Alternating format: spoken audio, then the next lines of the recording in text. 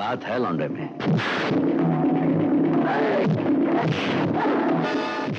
मैं हर तिजोरी को बिना चाबी के खोलना जानता हूँ।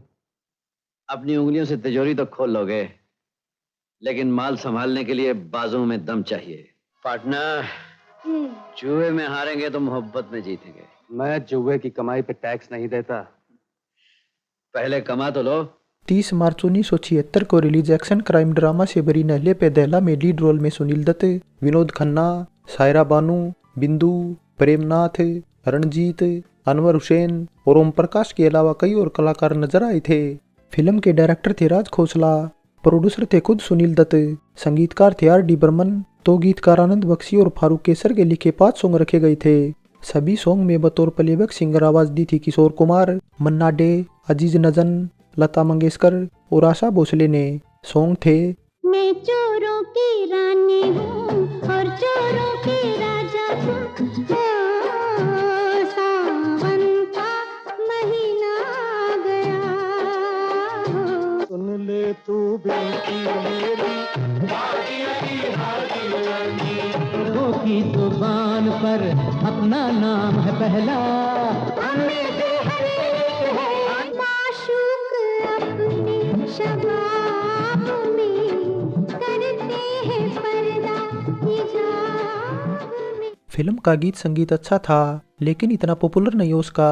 2 घंटे 31 मिनट की इस फिल्म को अगर 5.5 आउट ऑफ 10 IMDb रेटिंग मिली हुई है तो बजट इसका तकरीबन 75 लाख रुपए के आसपास रखा गया था और रिलीज होने के बाद बॉक्स ऑफिस इंडिया पर ये 1 करोड़ 2 लाख रुपए का कलेक्शन कर बिलो एवरेज रही थी, तो वर्ल्ड वाइड इसका कलेक्शन 1 करोड़ 50 लाख रुपए तक पहुंच गया था। दोस्तों, ये तो बात रही नल्ले पे दहला से जुड़ी कास्ट और परफॉर्मेंस की। अब बात करते हैं इससे जुड़े नॉन फैक्ट्स की। फैक्ट 1, बतौर प्रोड्यूसर सुनील दत्त की ये 5वीं फिल्म थी। इससे पहले उन्होंने ये रास्ते हैं प्यार के, मुझे जीने दो, मन का मीत और रेशमा और शेरा जैसी फिल्मों को प्रोड्यूस किया था। और रेशमा और शेरा तो ऐसी फिल्म भी थी जिसे उन्होंने डायरेक्ट भी किया था। लेकिन नल्ले पे दहला को खुद डायरेक्ट करने की बजाय उन्होंने अपने जिगरी दोस्त राज खोसला को जिम्मा सौंप दिया था। सुनील दत्त ने राज खोसला को कुछ तो इस वजह से भी जिम्मा सौंपा था क्योंकि रेशमा और शेरा के टाइम की गई गलतियों से उन पर काफी ज्यादा कर्ज चढ़ गया था। लेकिन शुरुआत में राज ने एक बारी तो ये कहते हुए मना भी कर दिया था कि इसकी स्टोरी उनकी इमेज को सूट नहीं करती और ना ही उन्होंने इससे पहले इस तरह की फिल्म का डायरेक्शन किया है। लेकिन जब सुनील दत्त नहीं माने तो आखिरकार राज खोसला को डायरेक्शन करने के लिए राजी होना पड़ा। लेकिन मल्टी स्टारर प्रेम कहानी में बिजी होने के चलते हुए सुनील दत्त को डेट्स नहीं दे पाए, जिस वजह से सुनील दत्त ने इसके कुछ सीन खुद ही शूट करने का फैसला किया। हालांकि वे 8-10% ही शूटिंग कंप्लीट कर पाए थे, जिनमें एक तो सॉन्ग ही था। फैक्ट 2, सुनील दत्त ने फिल्म की घोषणा सन 74 में की थी। तब उन्होंने इसका टाइटल भी बीते दिन रखा था, लेकिन जब बतौर डायरेक्टर राज खोसला फिल्म से जुड़े तो उन्हें यह टाइटल कुछ खास नहीं लगा। हालांकि इसके बाद जब सुनील दत्त ने नल्ले पे दहला नाम सुझाया तो वे इसलिए एग्री हो गए क्योंकि टाइटल एकदम फ्रेश था। फैक्ट 3, इस बात का जिक्र हम मैं तुलसी तेरे आंगन की के टाइम ही कर चुके हैं कि सुनील दत्त के अलावा आनंद फैमिली, धर्मेंद्र और गुरुदत्त भी राज खोसला के अच्छे दोस्त माने जाते थे।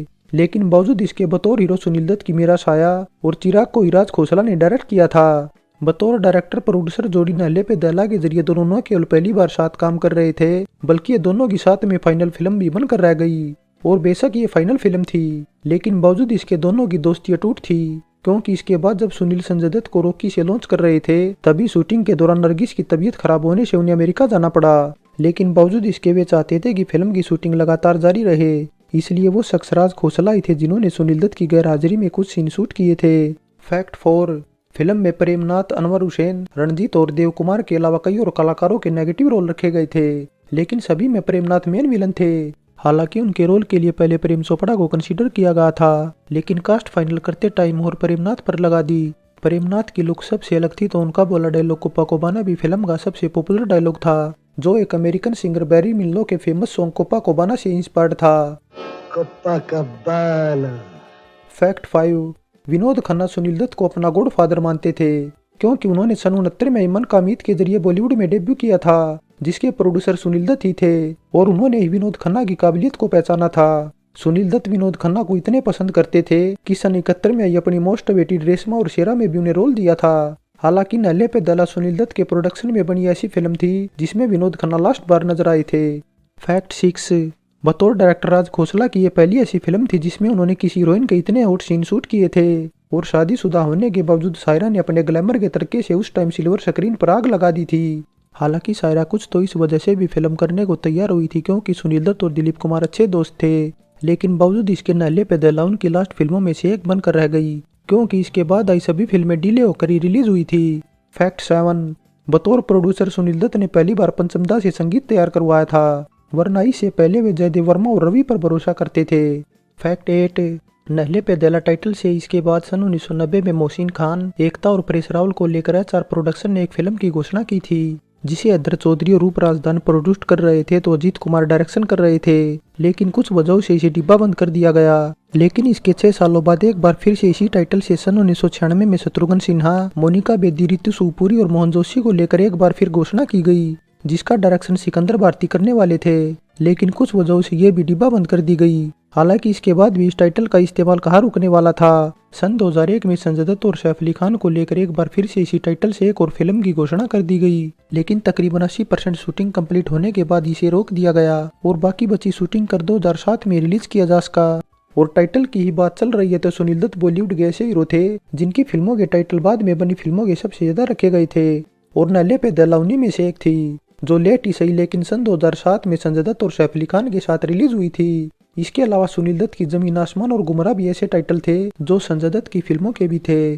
फैक्ट 9, नल्ले पे दला विनोद खन्ना की ऐसी फिल्म थी जिसमें उनके अपोजिट बिंदु को साइन किया गया था। इससे पहले नतीजा और शंकर शंभू ही ऐसी फिल्में थी जिसमें विनोद खन्ना के अपोजिट केवल और केवल बिंदु को ही कास्ट किया गया था। दोस्तों ये तो बात रही नल्ले पे दला से जुड़ी अननोन फैक्ट्स की। अब बात शूटिंग लोकेशन की करें तो इसकी शूटिंग मुंबई के मोहन स्टूडियो, SL स्टूडियो और नटराज स्टूडियो के अलावा कुछ सीन हाजी दरगाह और मड आइलैंड में फिल्माए गए थे तो क्लाइमैक्स समुद्र के बीच एक शिप पर फिल्माया गया था। शूटिंग लोकेशन के बाद अब बात साल की टॉप 5 फिल्मों की करें तो उस साल 10 नंबर टॉप पर थी। नंबर 2 पर थी लाला मजनू, 3 पर नागिन, 4 पर हेरा फेरी और नंबर 5 पर चरस्ती तो नल्ले पे दला 16वें नंबर पर थी। टॉप 5 फिल्मों के बाद अब बात 24 में फिल्म फेयर की भी कर ली जाए तो फिल्म ने तो कोई अवार्ड जीत पाई और ना इसे कोई नॉमिनेशन मिला था।